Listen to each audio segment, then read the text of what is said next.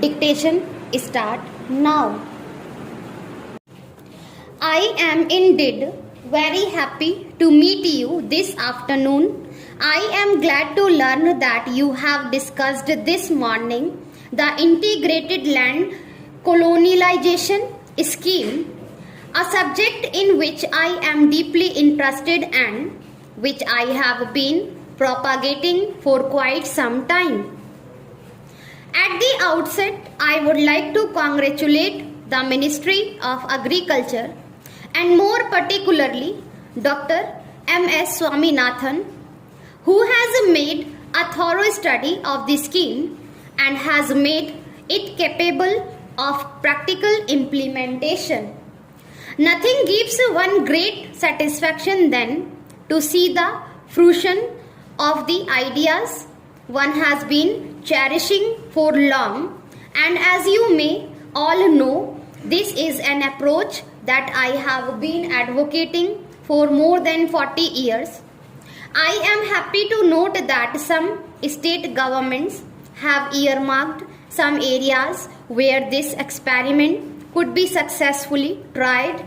According to my conception, the land colonization scheme have more than the limited objective of providing employment or improving agriculture, making it modern and specific, scientific.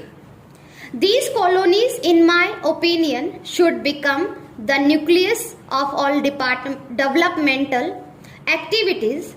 It is nothing new for Gandhiji always laid stress on the organization of self-reliant rural communities simultaneously with the transformation that we wish to bring about on the agriculture front. Our attempt should be to set up a number of agro-based industries and generate a new awareness among the rural population in this connection. I was gratified to go through the note that Dr. Swaminathan has circulated to the seminar participants on some of the approaches to rural development. I must say he has put my ideas in a nutshell and in a much better manner than I have myself done.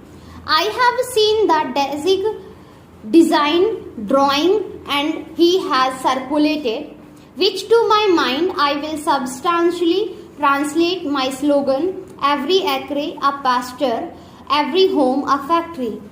In regard to the reconstruction of our rural economy, which forms the basis of our economic and social life, I would like to mention that while I am not against modernization, we should not forget the age-old experience and knowledge of our farmers, which has come down through centuries in the name of bringing progress to our rural life. We should not superimpose an urban Western culture which may not have any relevance. Such an attempt at superimposition of an alien culture will not help to achieve rural resurgence as such, unless and until we build a strong and sure foundation of our rural life, utilizing local talents, material and resources. Whatever we try to achieve may not yield the desired result. The energy crisis faced even by advanced countries has opened their eyes to the fragility of the entire system.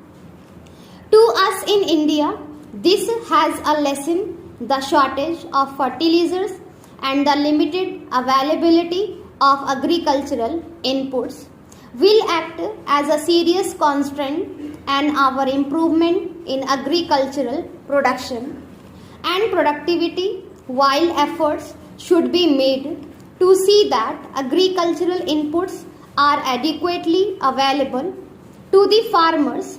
We must see how best we can utilize the urban and rural wastes, which can help to meet at any rate a portion of the manure needs of our fields, the research laboratories dealing with the different aspects of agriculture should now make a serious attempt, not that they are not doing, but more instance, efforts should be made to carry their experiences to the farmers. For example, some years ago, I made a suggestion regarding soil testing.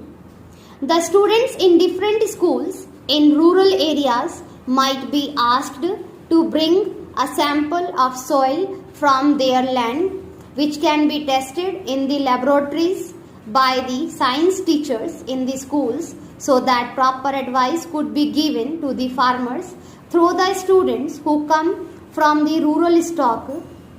I am not an expert, nevertheless, I feel we should think of simple and easy methods to reach our farmers. The land colonization scheme that I have suggested has not only an economic content but more important, a social content. It should attempt to design a new living. If these colonies are successfully worked out, they will act as catalysts and will make the individual farmers also come together on a cooperative basis. After all, once the farmers see that some tangible results have been achieved by someone through cooperative efforts, they themselves will be enthused to come together and take advantage of such methods and practices. Of course, many of you are engaged already in different areas, and your success itself is a proof of the increasing awareness among the farmers to take advantage of the modern scientific knowledge available in the country. For the colonies that we want to establish in different states, we should take care to select people who are dedicated and see that real community life is established. For the hurdles we notice today or the agricultural front are not only the dearth of agricultural inputs but the absence of collective community action by people.